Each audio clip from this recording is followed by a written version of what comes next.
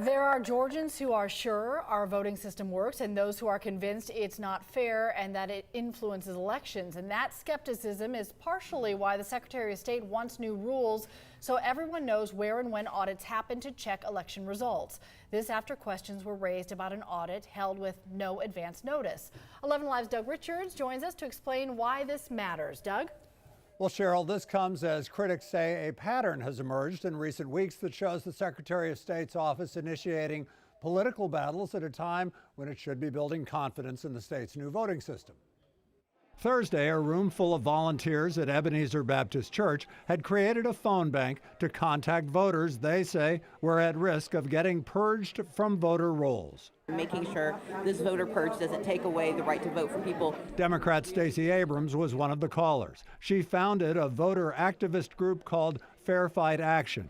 Thursday afternoon, Republican Secretary of State Brad Raffensperger's office issued a news release calling on voters not to give personal information to phone bank callers and specifically cited Fair Fight Action in the warning.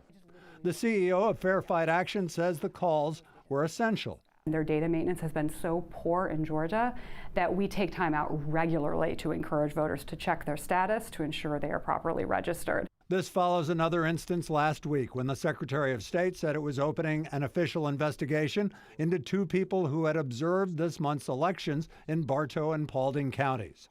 The targets had been critical of the state's decision to buy new voting machines and not using hand-marked paper ballots. Another decision raising eyebrows is the audit of that election. The state coordinated an audit to make sure the state's new voting machines produced an accurate vote count. But the audit, which is supposed to be public, was not widely publicized in advance. Fair Fight CEO says the state is not building confidence that the new election system will work next year. I'd encourage the Secretary of State to completely focus its resources there rather on political retribution, baloney investigations, fake audits, and that don't sow trust, they sow distrust.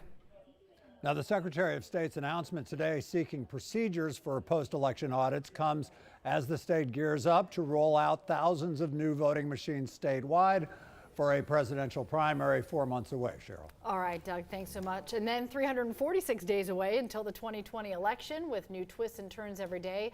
You'll always find the latest on 11live.com. Look for the Politics tab.